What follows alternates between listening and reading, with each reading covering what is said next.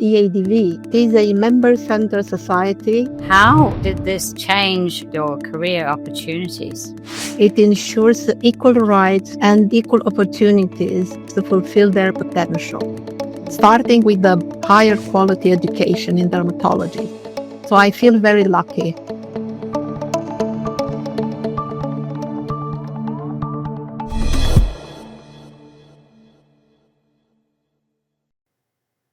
Hello and welcome to the next episode of the EADV Podcast.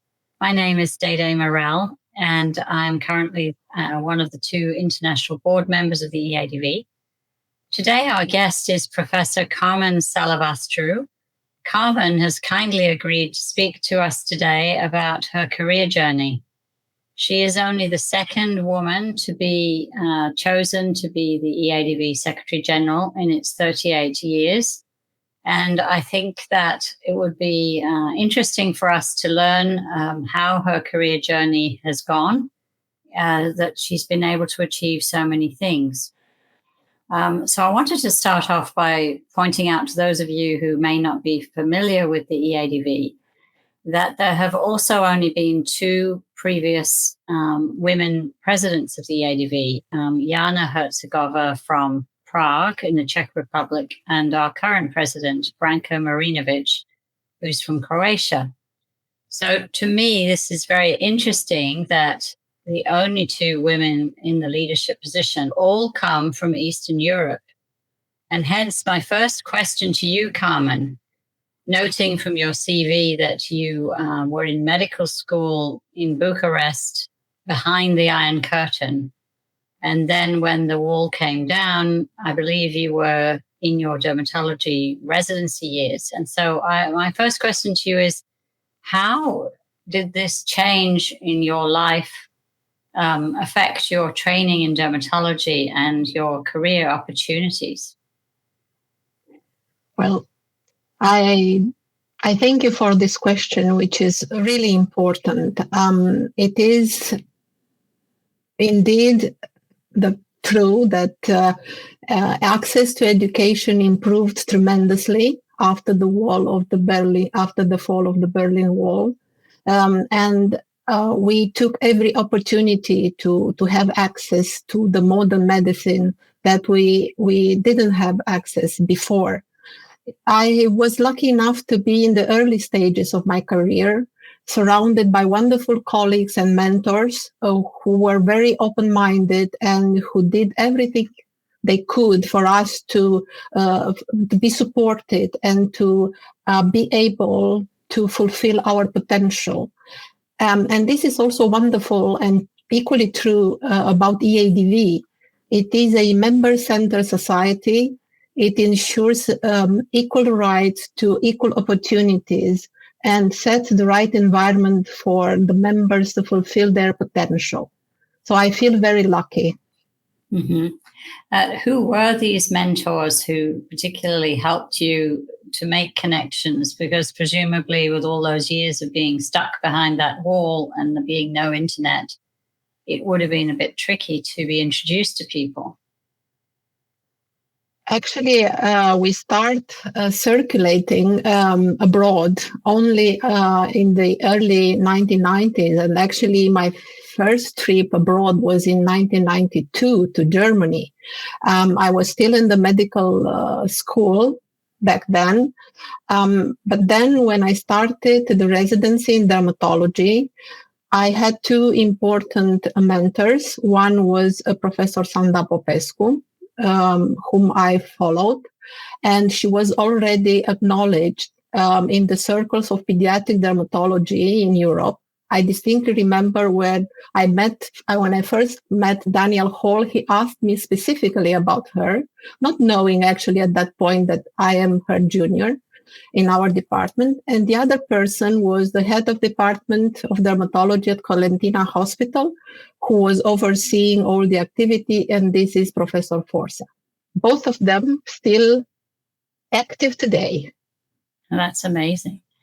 And I gather that you took somewhat unusual pathway while you were completing your dermatology training, in that in parallel you were doing your PhD and you took an interest in cardiac function. I'm interested if you could tell our listeners why you did that and how stepping into a different field helped your future career in dermatology. The education system and the way that a career can be shaped in Romania, it's probably particular compared to other countries in Europe or the world. We can start our clinical training in a specialty only after passing a very challenging exam. I was happy to be ranked highly enough to choose dermatology, and this is how I started my learning to become dermatologist. And in parallel, it was and it is still possible to become also by passing challenging exam part of the faculty at the Carol Davila University of Medicine and Pharmacy. I always enjoyed learning physiology, physiopathology, and pharmacology. So I decided to start my early academic career as an assistant professor to the physiology department. And this brings me to another mentor that I probably should have mentioned earlier, and this is Professor Radu Cărmaciu, a wonderful person, sadly no longer with us. And he was really one of the first interventional cardiologists in Bucharest back then, in early 1990s. He suggested me to look into very interesting and very modern at that time aspects of the cardiac physiology. And it is how I learned how many things in common we can find between the cardiac function and the structure and function of the skin, and not only that. So although it seemed different or apart, my two paths intertwined very nice. And thinking it was just early 1990, and now we speak so much about the metabolic syndrome, about the cardiac function, about all this systemic aspect of the chronic inflammatory skin diseases. So I have to thank to my mentor who suggested me to look into that. This is how it happened. I see something on your left shoulder there on your bookshelf, a book called The Skin and the Heart. You must be very proud of yourself having that great book with a cardiologist, and I actually am one of your co-editors. I also was second career choice was cardiology. I really liked it. And I was pleased when you asked me to help you with this book. Would you like to talk a little bit about your book, how long it took you to do it? What are your tips for people listening if they have a passion to publish a book in their own area of interest? First of all, I have to thank you again for being so supportive and bringing your wonderful expertise to this book, and to James Otton as well, the colleague that you introduced to me. And I still hope that we will one day meet in person, James and I, because we didn't have the opportunity so far. It was wonderful idea, wonderful team, hard work. We started, and I remember when the two of us brainstormed, we were during the EADV Congress in Copenhagen, and we decided, and you were so supportive and actually introduced me to the editors at Springer, so we could put together the table of content and to be able to invite the right colleagues that were able and happy to contribute. And there are so many names. All of us are colleagues and friends that we still work. We work together today on other various projects.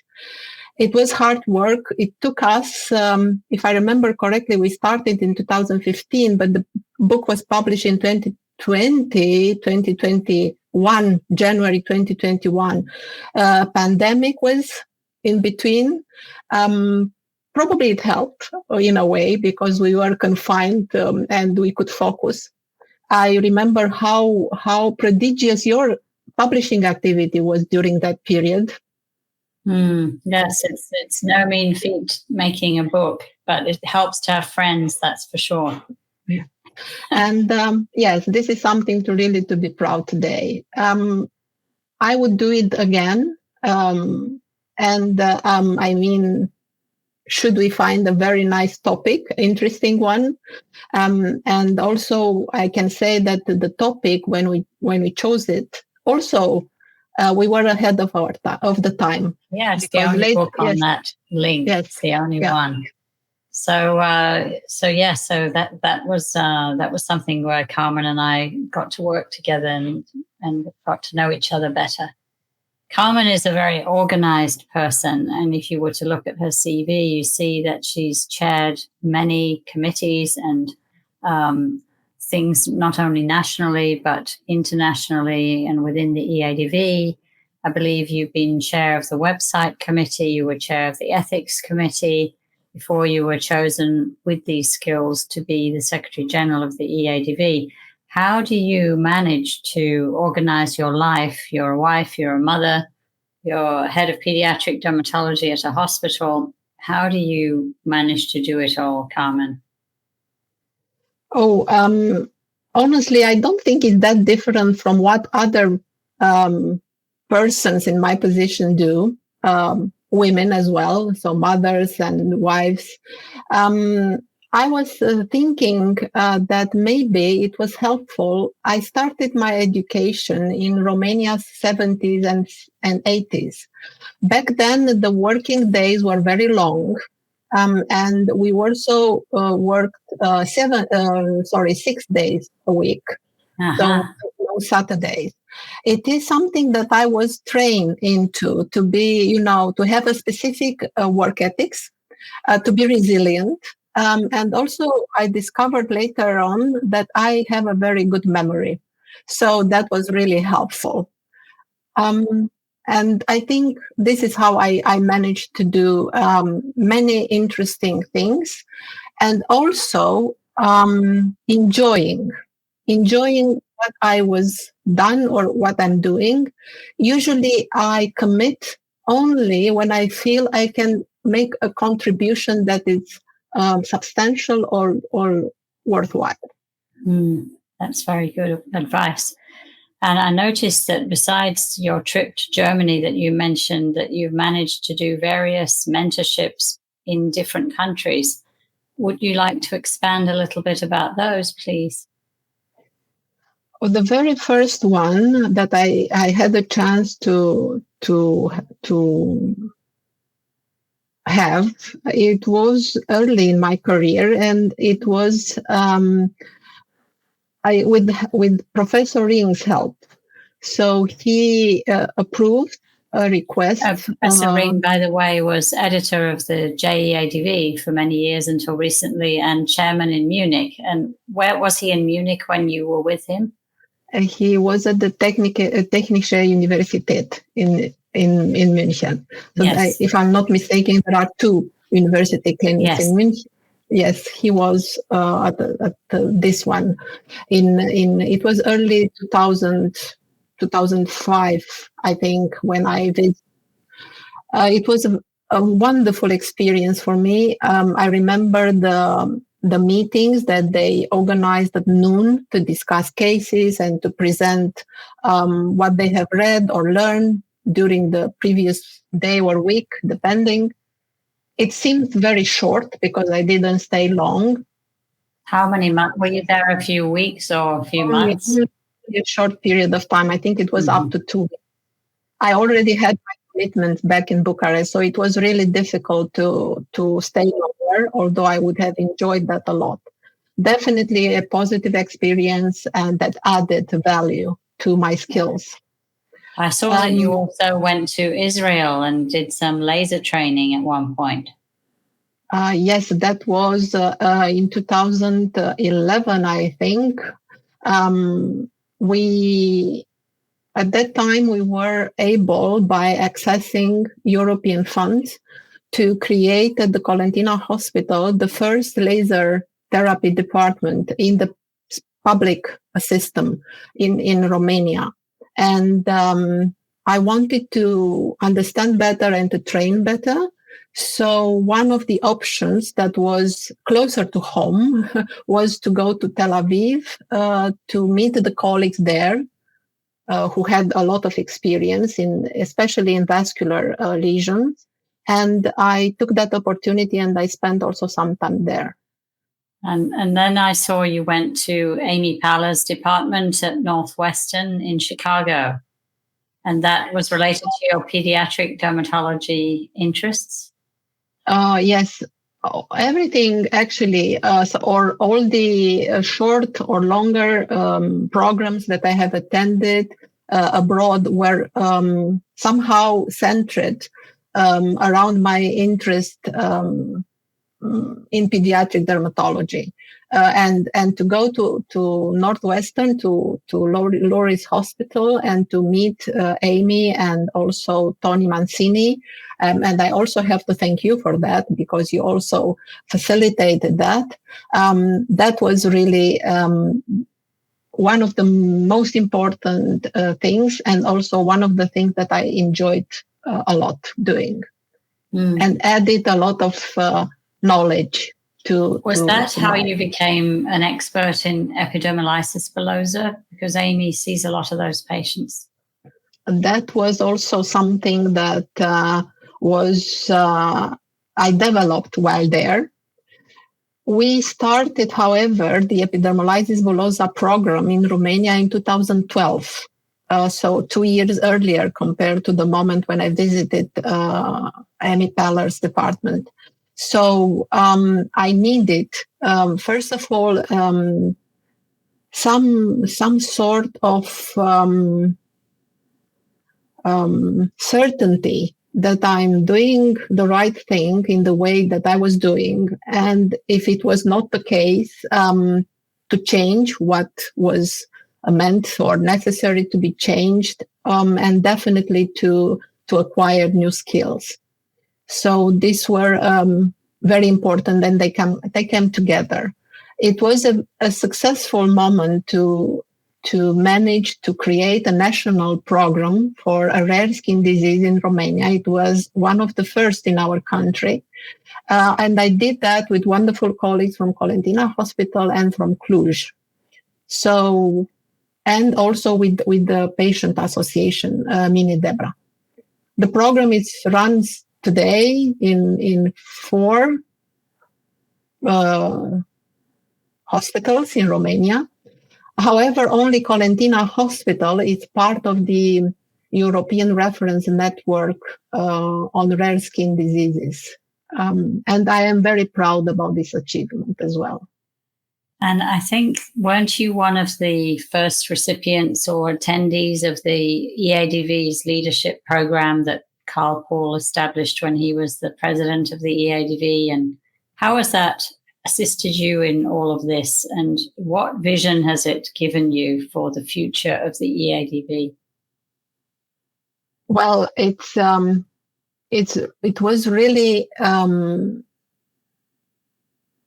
something quite new, but in the same way, it felt like it was already part of me to manage in the way that did the program run back then by Goldman Institute was implemented. We learned a lot. We were the first cohort, 30 EADV members. What year was that roughly? Was that 2012, 2013, or when was that? No, it was 2019. Okay. Oh, yes, it was later on, let's say, in the career. Still an EADV member that was ready to take part in every program that EADV has to offer or is able to offer to the members. And yes, the program was approved in 2018, I think, and started in 2019. the first cohort had the first residency late in 2019. Then pandemic hit. So it was a delay. It was an uncertainty on how we will progress further. But in the end, we graduated. It was a wonderful team that we built. We are still together now in various projects, and a lot of helpful skills that we developed, and we understood better ourselves in the end, and how we are able to improve our abilities. I saw that EADV started a clinical mentorship or fellowship program and a research fellowship program. What do you see if you could add any additional programs to the EADV's offerings? What would you be looking for?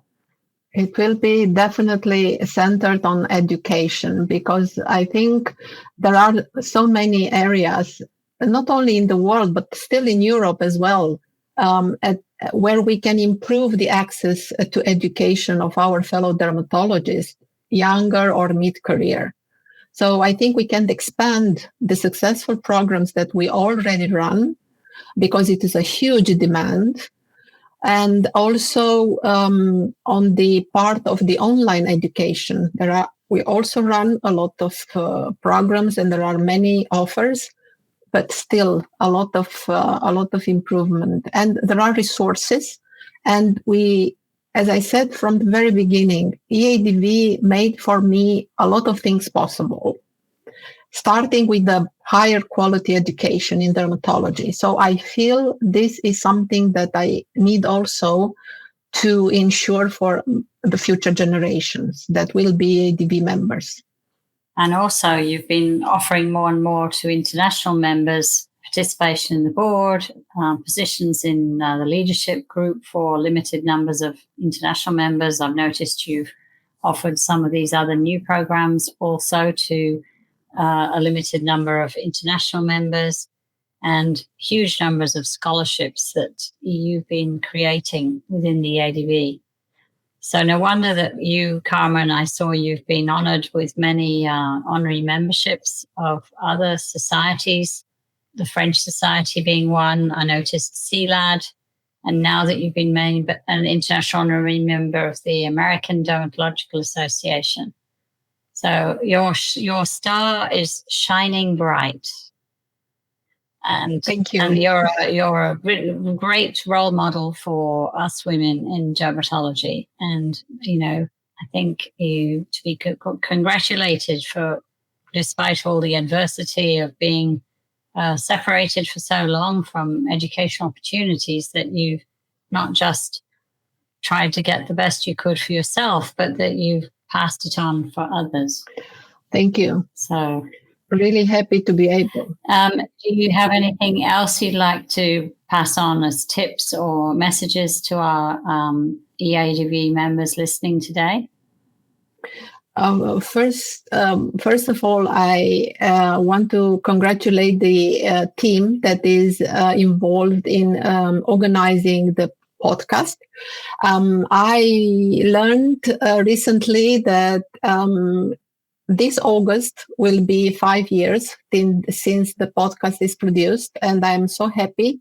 I remember that August when EC took the decision and approved the podcast, the EADV podcast, and I want to congratulate everybody involved, because it is a highly successful project and very popular project of EADV. And I do hope that I will be an EADV member for years to come, and to contribute to the well-being of our fellow dermatologists all over the world. That's great. Well, thank you very much for sparing the time in your busy life. And we encourage all of you to bring your friends along to join the EADV and listen to our podcasts. Thank you very much, Carmen. Thank you very much. Thank you.